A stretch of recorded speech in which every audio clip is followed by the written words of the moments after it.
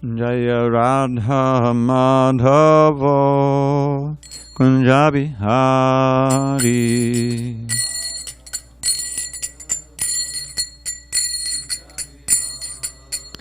Jaya Radha Madhava Kunja Bihari.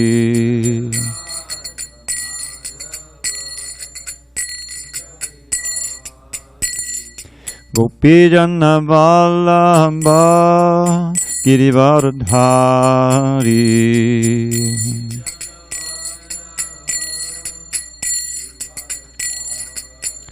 Jaya Gopijana Vallabha Girivardhari.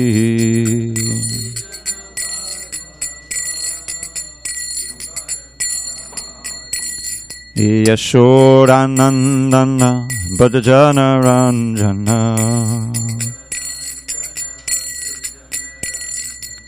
Yashodanandana Bhajana Ranjana. Yamuna Tira Vanachari. Jamuna Tira Vanachari. Jaya Radha Madhava Kunja Bihari.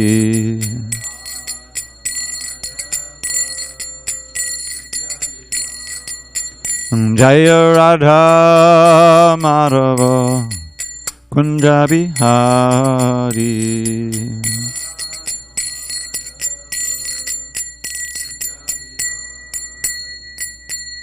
Jai Mr. Pad Paramahansa Parujika Acharya Ashtotar to the Sri Srimad. His Divine Grace Srila A.C. Bhaktivedanta Swami Prabhupada Ki Jai.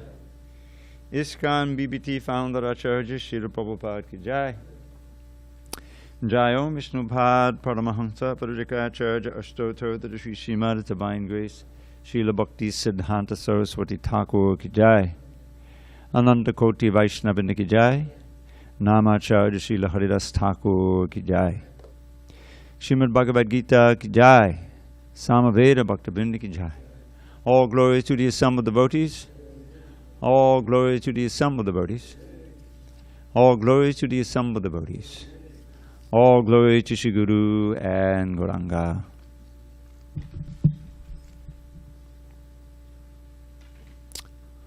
Om Namo Bhagavate Vasudevaya. Om Namo Bhagavate Vasudevaya. Om Namo Bhagavate Vasudevaya.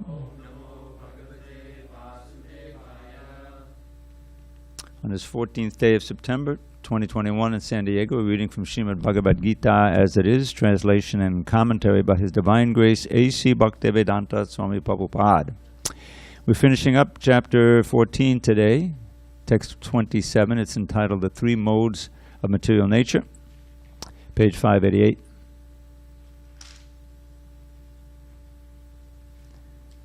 Brahmano hi pratishtaham amitasyabhyayasya cha shashvatasya cha dharmasya sukasya kantikasya cha brahmano hi pratishtaham amitasyabhyayasya cha shashvatasya cha dharmasya sukasya kantikasya cha brahmano hi pratishtaham amitasyabhyayasya cha shashvatasya cha dharmasya sukasya kantikasya cha brahmano hi pratishtaham amitasyabhyayasya cha shashvatasya cha dharmasya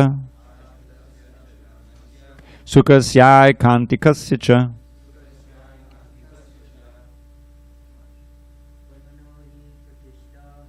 Brahmano hi pratishtaham amitasya vyayasya cha shashvatasya cha dharmasya sukasya kantikasya cha Brahmano hi pratishtaham amitasya vyayasya cha shashvatasya cha dharmasya sukasya kantikasya cha Brahmano hi pratishtaham amitasya vyayasya cha shashvatasya cha dharmasya sukasya kantikasya cha Brahmano hi pratishtaham amitasya vyayasya cha shashvatasya cha dharmasya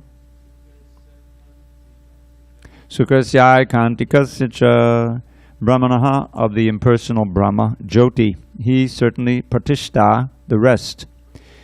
Aham, I am, amitasya, of the immortal, abhyayasya, of the imperishable, cha, also shashvatasya, of the eternal, cha, and dharmasya, of the constitutional position, sukasya, of happiness, aikantikasya, ultimate, cha, also. Translation. Lord Krishna says to Arjuna, and I am the basis of the impersonal Brahman, which is immortal, imperishable, and eternal, and is the constitutional position of ultimate happiness. Purport. The constitution of Brahman is immortality, imperishability, eternity, and happiness. Brahman is the beginning of transcendental realization. Paramatma, the Supersoul, is the middle, the second stage in transcendental realization, and the Supreme Personality of Godhead is the ultimate realization of the Absolute Truth. Therefore, both Paramatma and the impersonal Brahman are within the Supreme Person. It is explained in the 7th chapter that material nature is the manifestation of the inferior energy of the Supreme Lord. The Lord impregnates the inferior material nature with fragments of the superior nature, and that is the spiritual touch in the material nature. When a living entity conditioned by this material nature begins the cultivation of spiritual knowledge, he elevates himself from the position of material existence and gradually rises up to the Brahman conception of the Supreme. This attainment of the Brahman conception of life is the first stage in self-realization. At this stage, the Brahman realized person is transcendental to the material position, but he is not actually perfect in Brahman realization. If he wants, he can continue to stay in the Brahman position and then gradually rise up to the Paramatma realization and then to the realization of the Supreme Personality of Godhead. There are many examples of this in Vedic literature. The 4 Kumaras were situated first in the impersonal Brahman conception of truth, but then they gradually rose to the platform of devotional service. One who cannot elevate himself beyond the impersonal conception of Brahman runs the risk of falling down. In Srimad Bhagavatam, it is stated that although a person may rise to the stage of impersonal Brahman, without going further, with no information of the Supreme Person, his intelligence is not perfectly clear. Therefore, in spite of being raised to the Brahman platform, there is the chance of falling down if one is not engaged in the devotional service of the Lord. In the Vedic language, it is also said, Raso vai saha, rasam ye vayam labdvanandi bhavati. When one understands the personality of Godhead, the reservoir of pleasure, Krishna, he actually becomes transcendentally blissful. Taittiriya Upanishad 2.7.1. The Supreme Lord is full in 6 opulences, and when a devotee approaches him, there is an exchange of these 6 opulences. The servant of the king enjoys on an almost equal level with the king. And so eternal happiness, imperishable happiness, and eternal life accompany devotional service. Therefore, realization of Brahman, or eternity, or imperishability, is included in devotional service. This is already possessed by a person who is engaged in devotional service. The living entity, although Brahman by nature, has the desire to lord it over the material world, and due to this, he falls down. In his constitutional position, a living entity is above the three modes of material nature, but association with material nature entangles him in the different modes of material nature, goodness, passion, and ignorance. Due to the association of these three modes, his desire to dominate the material world is there. By engagement in devotional service in full Krishna consciousness, he is immediately situated in the transcendental position, and his unlawful desire to control material nature is removed. Therefore, the process of devotional service, beginning with hearing, chanting, and remembering, the prescribed 9 methods for realizing devotional service, should be practiced in the association of devotees. Gradually, by such association, by the influence of the spiritual master, one's material desire to dominate is removed, and one becomes firmly situated in the Lord's transcendental loving service. This method is prescribed from the 22nd to the last verse of this chapter. Devotional service to the Lord is very simple. One should always engage in the service of the Lord, should eat the remnants of foodstuffs offered to the deity, smell the flowers offered to the lotus feet of the Lord, see the places where the Lord had his transcendental pastimes, read of the different activities of the Lord, his reciprocation of love with his devotees, chant always the transcendental vibration, Hare Krishna, Krishna Krishna, Hare Hare, Hare Rama, Rama Rama, Hare Hare, and observe the fasting days commemorating the appearances and disappearances of the Lord and his devotees. By following such a process, one becomes completely detached from all material activities. One who can thus situate himself in the Brahma Jyoti, or the different varieties of the Brahman conception, is equal to the Supreme Personality of Godhead in quality. Thus end the Bhaktivedanta purports to the 14th chapter of the Srimad Bhagavad Gita in the matter of the three modes of material nature. Om Jnana Timirandasya Jnanandana Salakaya Chakshu Unmidatam Mena Tasmai Shri Gurave Namaha. I was born in the darkest of ignorance, but my spiritual master, Srila Prabhupada, opened my eyes with the torchlight of knowledge. I offer my humble obeisance unto him and all members of Sri Parampara. So this verse and the previous verse go together. If you may recall, back in Arjuna asked a question in text 21. He asked, what are the characteristics or symptoms of one who is transcendental to the three modes? What is his behavior, and how does he transcend the modes of nature? So he wanted guna, karma, and sadhana. He wanted to know how can I recognize someone who's transcendental, and what such a person does, manifesting those qualities. And most important for us, perhaps, how can we reach that state? So Krishna proceeds to answer that question. I won't go through these in detail, but on text 26, the previous text, he gives the method. Mam Chiyova Bicharana Bhakti Yogena Sevate. The method of transcending the modes is unflinching, uninterrupted devotional service to Krishna. Mam Chiyova Vyabhichari means without fail. Bhakti Yogena. So what is the Bhakti Yoga? Bhakti Yoga is concisely Sarvapadi Vinimuktam Tatparatnena Nirmala Mishikena Rishikesha Sevanam Bhakti Ruchite. It is said that Bhakti is this, being free from material designations. Now what does that mean? What is an upadi? So designations are practically how we define ourselves. That's all we know. I'm a certain gender, I'm a certain age, I have a certain IQ, I have a certain amount of money in the bank. There's a whole list of things, all pertaining to the body. Where you were born, what your name is, that little picture you have on your license or your passport. It all pertains to the body, right? So the body is the root of all of these false designations. So here it said vinimuktam, could be completely free of those designations, and in that understanding of being oneself to be pure spirit, engage these very senses in the service of the master of the senses. The second half of the verse says Rishikena Rishikesha Sevanam Bhakta Ruchite. The word Rishika or Rishikesha means the Isha or Lord of the Rishika. Rishika is a word in Sanskrit, it means senses. So right now, we say, are you kidding? I'm the master of my senses. I can do what I want with them. I can try to enjoy them. They're mine. This is how we function in this world. But exactly opposite of that is the principle of Bhakti Yoga. We're in this material world because we voluntarily, willfully, forgotten Krishna's existence entirely, and we're identifying with our particular form and body and living in the world in that way. We have relationships, and we're under the illusion that they're going to last forever, but they never do. And even our relationship with this body is very temporary, obviously. So it's a huge illusion. It's a vast illusion.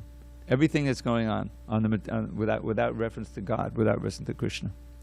So Krishna, in this 14th chapter, and we're going to review it in a minute, he's described in quite a bit of detail how this illusion is nourished, what they call the three modes of nature. And we can all recognize them in ourselves and others. The mode of ignorance, for instance. The mode of ignorance means tomorrow. I'll do it tomorrow. I want to sleep now, you know. Oh, the weekend's coming up. Oh, great. I can sleep until noon. This is bliss, right? That's said, is, sleeping too much. And trying to maximize the immediate pleasure, sense gratification, which in this modern age means maximizing sex and drugs, as much as possible, which which obviously leads to degradation and disability. What is this body is a poor vehicle for enjoyment, but it's all we have because we've forgotten Krishna. So we try to maximize that, and in this age there are so many ways to do that, and lo and behold, it leads to self-destruction. No one. Does anyone take drugs in order to become an addict and become completely disabled and unable to function? No. You take drugs because you want to enjoy or you want to relieve some pain. Right? There's a whole opioid part of it, and temporarily it works. It can work instantaneously. And whoa, that's great. Let me try it again. And before you know it, you're into a culture of that, and you're addicted to alcohol or some drug or something like that. And the people who you associate with support that. Everything is association. Sangha sanjayate kama. There's a phrase in the second chapter here that's come to be quoted alone. Sangat sanjayate kama. Every mother knows this, trying to protect their kids and raise them properly. Who are you hanging out with? Right? I don't want you playing with Bobby anymore. He's not a good influence on you. Isn't it? It's like that. The mother is so concerned. So, but as time goes on, we have to make our own decisions. And if we choose to hang out with other people who are into these self-destructive things, then we'll become like that. Fall down into the modes of nature. Now, the mode of passion is thought to be, a wholesome mode, especially in this age. One who's very ambitious to make it in the society, get a good job, get more money, invest, do this, get a house, all these different things. Measures of achievement. But those things also would just bind you in a different way. It's not as immediately, obviously, self-destructive as the mode of ignorance. But ultimately, it's self-destructive because the first lesson of Bhagavad Gita is to enlighten us that you're not the body, you're a spirit soul, and you're eternal. Najayate mriyate bhakadachan. It's right there. There's no death and there's no birth for the soul. So that means we've lived before and we'll live again. This life is a short chapter in a long book. And we don't know the beginning of the book, and we certainly know the next chapters in the book. But if we accept that one point, that we as conscious living beings, known as the Atma, the soul, irreducible, indestructible, see, part and parcel of God, that's our real identity, then that changes every calculation. Because instead of simply wondering how I can maximize my pleasure and safety and security in this lifetime, I have to plan for the long range. How can I get out of the problems of having a material body? Which are four. Dr. Saul, you've been around long enough. What are those four basic problems of having a material body? Birth. And one more? Death. Birth, old age, disease, and death. These are the order in which we experience them, right? Generally, of course, you can get very sick when you're very young, but you're sure to have disabilities and sickness as you get old. So birth, old age, disease, and death. We've been around this cycle for countless times. But Krishna is so kind, he lets us forget. Has anyone here can remember his past life in detail? No. And that's a blessing, because it also involved disease, old age, death. Who knows what happened, you know? And we also have subhuman bodies. That's part of it. We evolve. Not that the body's involved, but our consciousness evolves as we gradually come up to species until we get this invaluable human life. This is part of the teachings. Don't waste this human life. It's the one way that we can exit this conundrum, this prison house of material world, which is Krishna certifies dukkha and shashvatam. It is always full of misery. Yes, we get little bits of pleasure here, but Prabhupada says very cogently, the sense of happiness we can experience through sense gratification is the worst enemy of the conditioned soul, because it gives us the yeah, there's some enjoyment here. Let me try to, just adjust things and make it happy. Meanwhile, you're getting older, right? It becomes harder and harder. The senses are burning out. So Krishna consciousness, bhakti yoga, especially as taught by Lord Chaitanya, which is what we practice, Gaudiya Vaishnavism, gives you a way to experience from day one, from hour one, without going through a lot of preliminaries of having to, I did yoga for a while. So when you first start, you're very stiff, you can't do so many things, right? But even the first day, you get some benefit, you loosen up a little bit. But you still have to work at it, And what's the goal?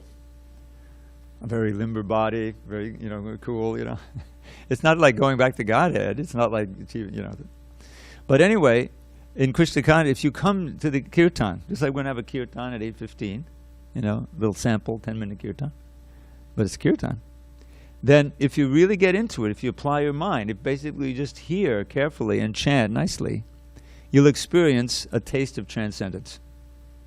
This is how Prabhupada started the movement. He had to go to a place where people didn't know anything about Krishna. In India, I know Krishna. My grandma taught me. I know he was born here. He danced with the gopis, right? They don't know so much Bhagavad Gita. That if you don't serve Krishna, then you'll suffer like anything. So after trying very hard to start this movement in the 40s, 50s, early 60s, he realized he's going to have to go for broke, and do the impossible. He prayed to the Lord. He said, "My spiritual master, give me the impossible task." Just imagine what it's like. You're sitting in the perfect atmosphere of Vrindavan Dham. You have a position there, you could chant. The Yamuna River is, 100 feet away. But no. Your mission is to go to the place where no one is thinking of Krishna, and where modern America, the modes of passion and ignorance are very prominent, and try to spread Lord Chaitanya's movement. So Prabhupada said he seemed like an impossible task. And he was praying so much to Rupa Goswami and the others to please give me the inspiration, give me the empower me to do it, And he had a vision of Rupa Goswami. He said, you just write the books, we'll take care of everything.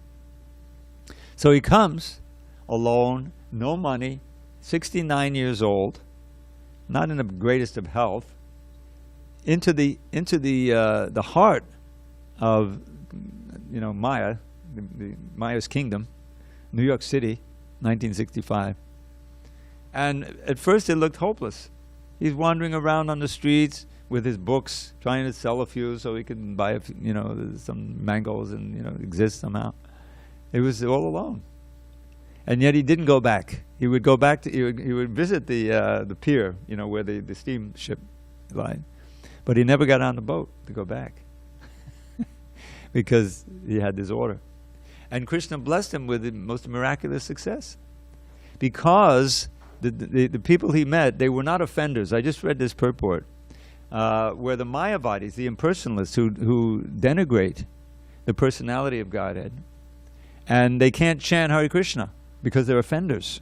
Yes, in Varanasi, you studied. And so they couldn't chant the name of Krishna. But these young boys who were kind of seeking, taking LSD and this and that, philosophy, reading this, reading that, they didn't know anything about that.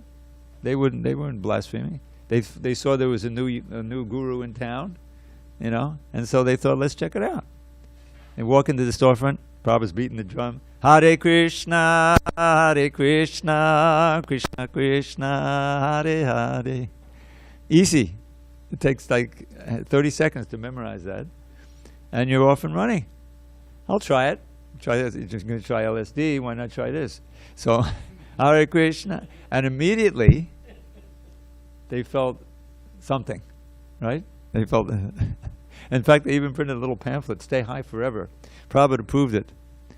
You always have to come down from the drug, but if you get high with Krishna, and you can mamchiyo vibhicharina, and then you don't have to come down. Prabhupada never came down. They could see he was always blissful. There's a state called sthai bhava. Bhava is just short of prema. It's full of high emotion, ecstasy. It means ecstasy. But sthai means steady. It means you're always in an ecstatic state. Wouldn't that be nice? The only way to do that is to tap into the reservoir of pleasure in your heart that you're always carrying around. And that's why we find the great Goswamis, there's such a dramatic situation. You had three of them who were extremely wealthy. One pair was the right and left hand of the king, the finance minister and the prime minister of the Muslim king. They were quite young, and they were brilliant. They were Brahman families and everything. A third was like a multi-billionaire you would find today. The only son of a very wealthy landholders. He had a most gorgeous wife and chaste and everything, everything set up. But once he got the bug of Krishna consciousness, he met Lord Chaitanya. He didn't want to do anything. And so they became extremely renounced. Raghunath Das Goswami, he was the one who was the only son of wealthy landowners called zamindars. He escaped. They were trying to hold him back. They had guards because he was going off to see Lord Chaitanya in Puri, Jagannath Puri.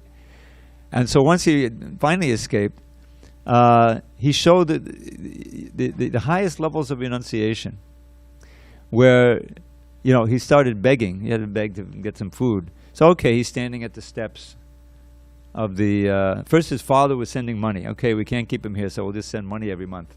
So he was throwing a big feast for the sannyasis, But after a little while, they're saying, I'm a renunciant and I'm accepting all of these rupees from my father, forget about it. So no more sannyasi, big dinners. So so Lord Chaitanya asked his secretary, how's he surviving? He's standing on the steps of the temple, the Jagannath temple. And some of the priests come out and they have prasadam, they give him some prasadam. Okay, that's renunciation. But after a while, I said, this is not good. I'm calculating, that one gave me yesterday, that one gave me yesterday, and he's trying to sidle up to here. He felt like a prostitute. I said, forget that. So how did he live? He was getting, they make so much prasadam there in Puri that they can't even distribute it all. So some of it goes bad. So the bad rice they throw into the fields. Even the cows won't eat it. Rotten rice. That's what he was saying. You're getting that, washing it, in a lot of water until finally there's an edible kernel, and that's what he was eating. Surviving that way. He lived that way for years, and chanting and writing and associated with Lord Chaitanya, dancing and chanting, and worshipping Shalagram Shila. He was taught by Swarup Damodar. He said the pleasure, the internal spiritual pleasure he was enjoying was unimaginable to materialists or even ordinary yogis. Just by the simple act of that, he became so pure and renounced. And then he went to Vrindavan, and he stayed there for many years and told about all the wonderful pastimes of Lord Chaitanya. And meanwhile, Rupa Goswami and Sanatana Goswami, the minister and the prime minister, they quit. One had to be bribed out of jail and became so renounced they had no home to live in, but they weren't like our friends here, the homeless. They were at a very high state of consciousness, living under a different tree every night, wearing, little loincloth, and a little rejected chadar, stay warm in winter. And they were composing the most exquisite, beautiful descriptions of Krishna. I'll share a couple with you. They were so skilled at this composition. Like Rupa Goswami, he's writing about, in his play, Radagda Madhava. He wrote plays about Krishna. So he's describing Radharani. I forgot to chant this verse in Radhashtami, so I'll make up for it. I don't know who's speaking. Maybe Krishna speaking. So Balarakshno Lakshmi Kabalayati Nabhyam Kubalayam Mukola Sakapullam Kamalavalam Urlangiyati Cha Dasham Kashtam Ashta Padamapinayatyanga Karuchi Vichitrang Radhaya Kimabikala Rupam Vilasati. Now, I could chant these verses, but those who are really pure, they chant the verse immediately. The experience, the description of the verse is real. It becomes directly experienced. So what does it mean? Balarakshno, her eyes, Balarakshno Lakshmi Kabalayati Nabhyam Kubalayam, are so beautiful that they forcibly devour the beauty of many lotus flowers. Akshno Kabalayati Nabhyam Kubalayam. Mukho Lasak Pullam. And her face is so beautiful, it defeats the beauty of a whole forest full of lotus flowers. Her body complexion, which is like gold, puts gold into a painful situation. In other words, it's even more effulgent and beautiful than gold. In this way, the beauty of Srimati Radharani is waking within Vrindavan. So they wrote hundreds and thousands of verses like that, describing Krishna's supreme pastimes in Vrindavan and wonderful philosophy and so many things. So how do they enjoy it? So there's a verse describing these three, but written by one of their students, Srinivasacharya, famous. Tyaktva turna mashesha mandala patishening sadat tuchavat bhutva dina ganeshako katunaya kaupina kantashvito gopi bhavada samartabda hari kallola magno mahur Vande Rupa Sanatano Raghuyagoshi Jiva Gopalako. So this is the prayer to the 6 Goswamis, and this is verse number 4. So he says, Chaktva Turnam. Immediately, they didn't say, should I or should I not give up this position? I have so many perks. Maybe I can do both. No. They gave it all up because they realized that all of this power and pelf and all these things was a great impediment to their complete absorption in Krishna consciousness. So they gave it all up as insignificant. All the money, all the influence, the houses, everything. And they even left their families. They took sannyas. Tuchavad. And what did they? Bhutva Dina Ganesha Go Karunaya. Out of compassion for us and those contemporaries, but they wrote books that help everyone who are ignorant of all these things, trying to enjoy this material body. Bhutva Dina Ganesha. Dina means the wretched of the earth. Gana Ishiko Karunaya. Out of compassion, they took this position and they began writing and preaching and making temples. They would get donations and you build the temple. They didn't keep it. And then Gopi Bhava Rasamanta. Yesterday we had the appearance day of Srimati Radharani, so we heard a little bit about Gopi Bhava.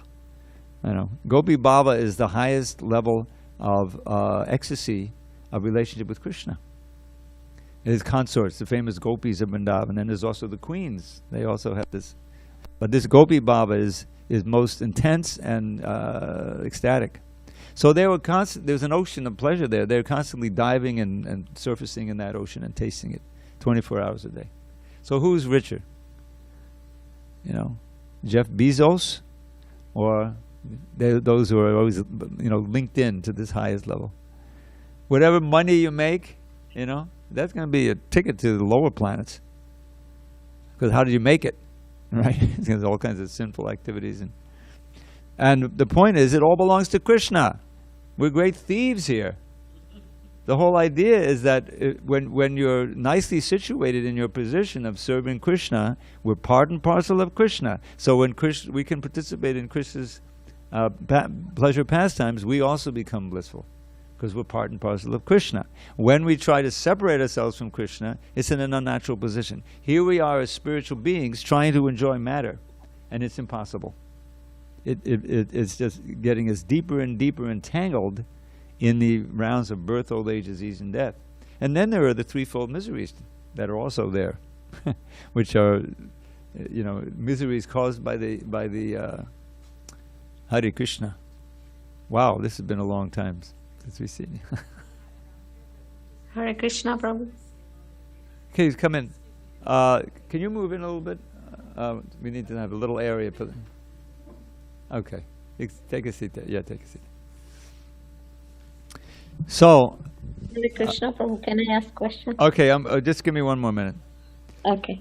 So, when we tap into that pleasure of source that doesn't become exhausted, that's called bhakti rasa. Bhakti rasa. Yesterday we had Radhashtami. You knew about that, right? Yeah. Hare Krishna. Okay. I think he's sitting there. But just grab a seat, grab one of these cushions, and you can sit over here. And we have to have another book there must be some more. Okay.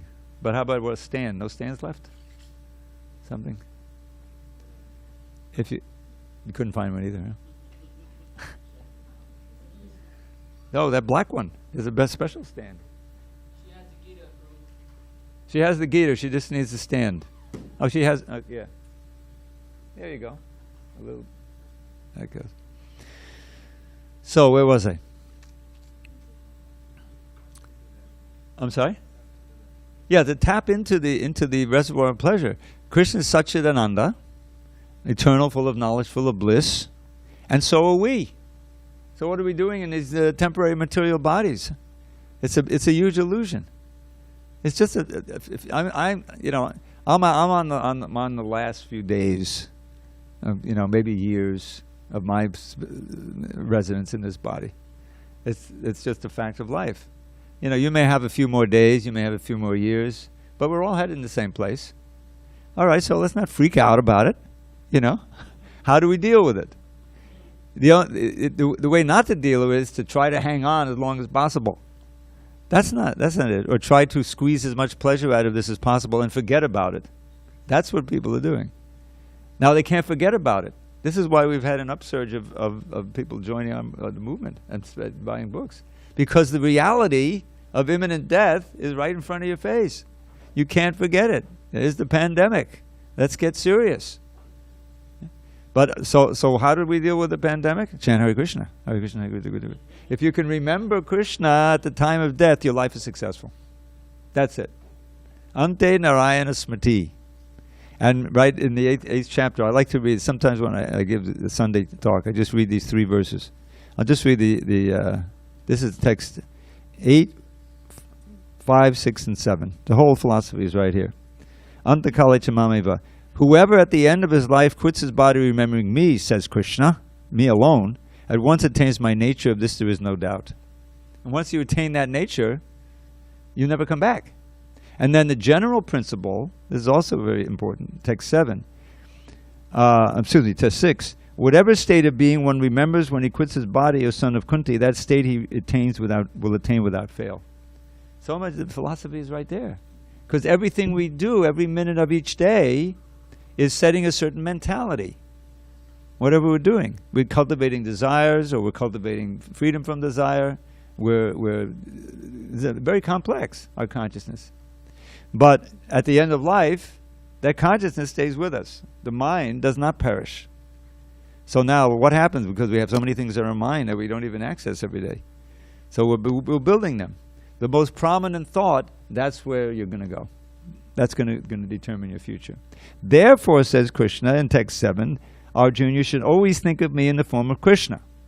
Always think of me as Krishna. And at the same time, carry out your prescribed duty of fighting. So we can fill in there. We may not be our prescribed duty of fighting. This is page 351. But we have a prescribed duty. Even inside the temple, we have our prescribed duty. So we're meant to do that duty and at the same time remember Krishna. Now it's harder to do that out there when whatever you're doing is not directly related to Krishna. That's the advantage of being in the ashram and the temple and 100%. Because what you're doing actually relates to Krishna. Right? You're sweeping the floor here. Oh, this is Krishna's floor. I remember, I'll tell you one that's not a pastime, it's just a high point that I can't forget. I was a few weeks in the temple back in 1973 in Brooklyn. Beautiful temple, deities, Radha Govinda, very famous deities, Radha Govinda. They're still, again in Brooklyn. Now they just were saved by having to move to Queens. It's a whole story. Your Guru Dev helped so much. So we had so many devotees in that little temple that we had a maha cleanup every day. Every day we all pitched in. We had our little assignment. It wasn't too heavy for everybody, and in 15 minutes the temple was clean. So my assignment for a while was mopping the floor on my hands and knees, which is great, of the temple room. So they were playing the Yamuna singing Govinda Jaya Jaya Gopala Jaya Jaya Radharamana Hari Govinda Jaya Jaya. They had just recorded that, and I'm mopping away there, and I'm looking, and there's Radha Govinda. The curtains are open, I said, I'm in my constitutional position here, This is blissful. I'm not getting paid a cent here, but this is really what I want to do, Of course, I was regularly chanting Hare Krishna, like that. But it was a moment's realization that it doesn't get any better than that. I mean, in the spiritual world, I wasn't thinking of this back at them, but there's all the gopis. Some of them clean the bowers. Some of them. There's a prayer where one gopi. I was reading this the other day in Radhashtami and preparing. Oh, when will I be able to clean the drains of your little hut with my hair? Like that. Wipe the. So that's the meditation for eternity.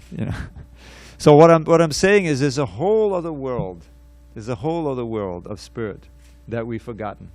And Krishna consciousness means remembering it systematically. Prabhupada mentions in this wonderful purport at the end of this chapter we just read, the 9 different processes of devotional service.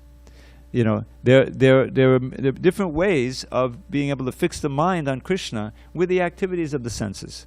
It all begins with hearing. Hearing and chanting. What is a kirtan but hearing and chanting? What is chanting japa but hearing and chanting? And this holy name, as inconceivable as it is, after 50 years of practicing this, is still inconceivable to me, that God we probably use the word non-different, but it's even more powerful than non-different. It's identical with the name. The full potencies are there. That's completely inconceivable. But isn't that a blessing? If you just chant Hare Krishna, Krishna Krishna, Hare Hare, Hare Rama, Rama Rama, Hare Hare, either in japa or in kirtan, and you really focus the mind and you try to hear, you're associating with Krishna. You're associating with God. And the purification is taking place. And what is the meaning of that word Krishna? There's actually a verse describing that. Let's see if I can remember.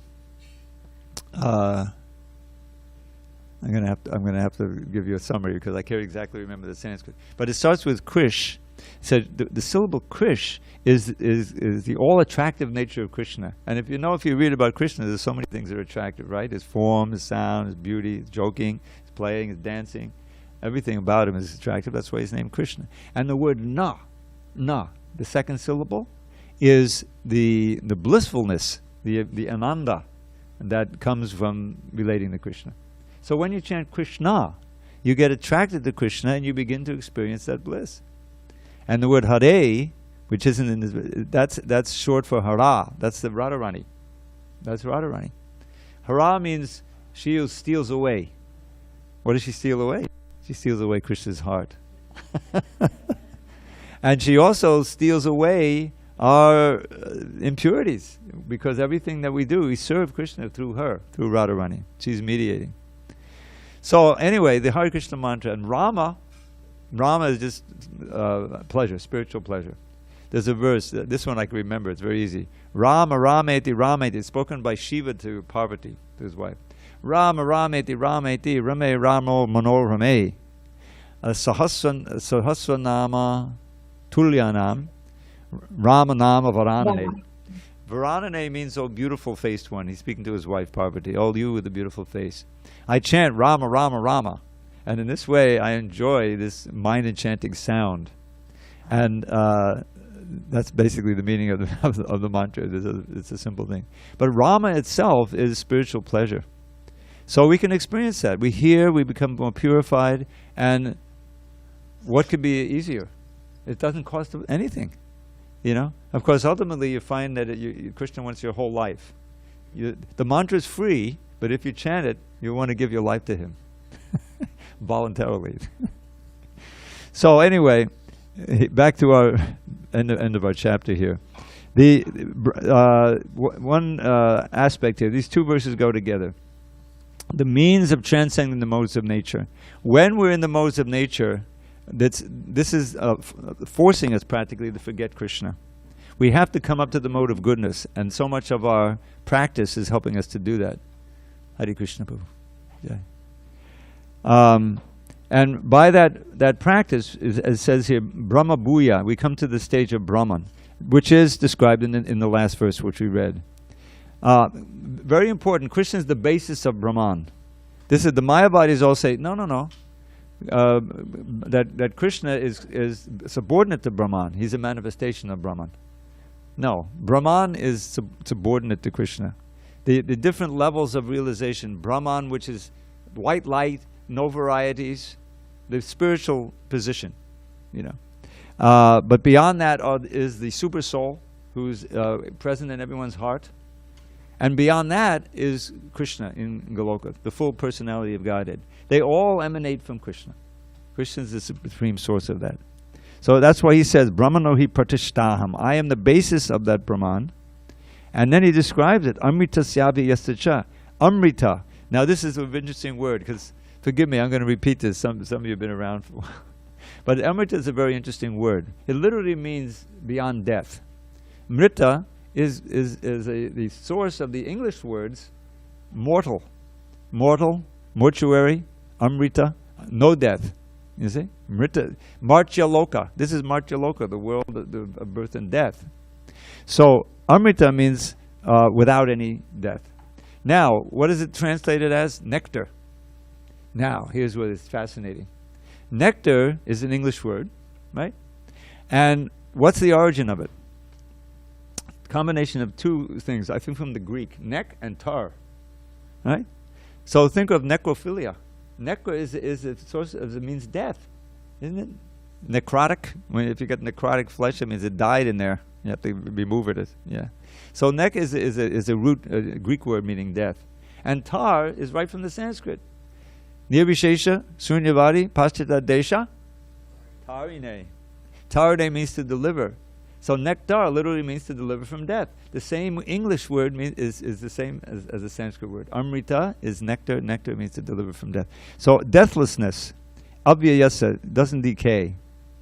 And shasvatas, eternal, and dharmasya. This is our constitutional position. This is we're completely in an unnatural state as combinations of spirit and matter. Which is what we are. We're meant to be pure spirit. And each of us has an eternal spiritual form in which we can perfectly express our unique relationship with God eternally. And it never gets stale. There's ultimate varieties. We could be a coward boy, a coward girl, a cow. Yes, the cows are also fully conscious. They have names. Krishna calls them with his flute. They're also experiencing it. Everyone has a role to play. So that's the dharmasya, and sukhasya means complete happiness, aikantikasya, ultimate happiness. This is the stage that we want to aim for, and it's a practical means how to do it. Srila Prabhupada has given us, following the previous acharyas, the nectar of devotion, the principles of how to do it and the result of doing it.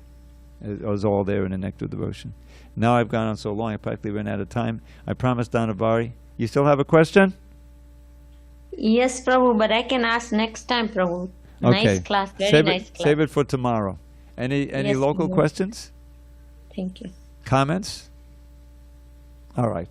Then some of you didn't hear yesterday.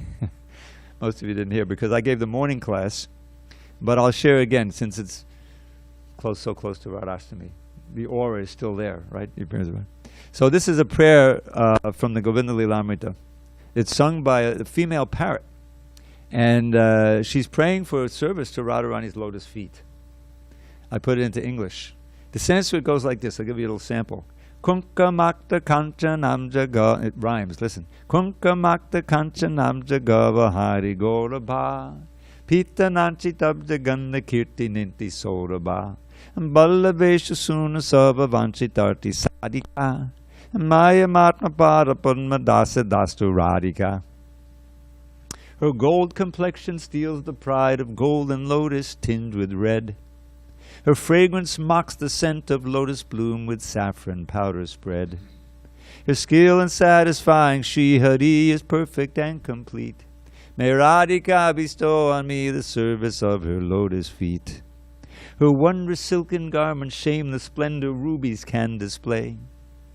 She is a blooming garden where the bee of Krishna loves to play. She worships Surya every day, so she and Madhava can meet. May Radhika bestow on me the service of her lotus feet. Eclipsed by Radha's tenderness, the fame of budding blossoms dims. The moon, the lotus, sandal paste, and camphor serve her cooling limbs. When Krishna burns with love, desires a soothing touch dispels the heat. May Radhika bestow on me the service of her lotus feet. Though youthful goddesses adored by all adore the goddess Shri, she lacks Shri Radha's beauty, youth, and every other quality. So when it comes to lovers' sports, with Radha no one can compete. May Radhika bestow on me the service of her lotus feet. Within the rasa dance, her joking and her singing are the best. She shines with countless traits divine like love and gorgeous form and dress. Among the famous gopis of Vrindavan, she's supremely sweet. May Radhika bestow on me the service of her lotus feet. Eternal pastime, beauty, youth, and love for Krishna make her rich. The loving gopis tremble just to see that love at highest pitch. Her meditation on Shri Krishna's form and pastimes is complete. May Radhika bestow on me the service of her lotus feet. Perspiring, trembling, hairs on end, and crying, faltering of the voice, impatience, joy, and guile, these signs of rapture make her friends rejoice. For Krishna's eyes, these many gem-like ecstasies provide a treat. May Radhika bestow on me the service of her lotus feet. Apart from Krishna for a moment, Radha feels anxiety and restlessness and other moods, the highest kind of ecstasy. But when she meets him with some effort, all her sufferings retreat. May Radhika bestow on me the service of her lotus feet. Exalted goddesses like Parvati can hardly ever see Shri Krishna's lover Radhika, but if a humble devotee recites these verses, then Shri Radha, who enjoys with Shri Hari, will pour the nectar of her service down on him eternally. Now, if you want to recite it, Hare Krishna, you just write to Dravida108@gmail, and I'll send you all my poetry, and with that poetry is this prayer. And there's also one by the male parrot praying for may Nanda's son bestow on me the service of his lotus feet, the Krishna, one or the other, and other poems. Hare Krishna. So now we'll adjourn and we'll have our kirtan. All glories to Srila Prabhupada. Hare Hare. Wonderful. Thank you. Hare Krishna. And tomorrow we begin chapter 15. The famous upside down banyan tree.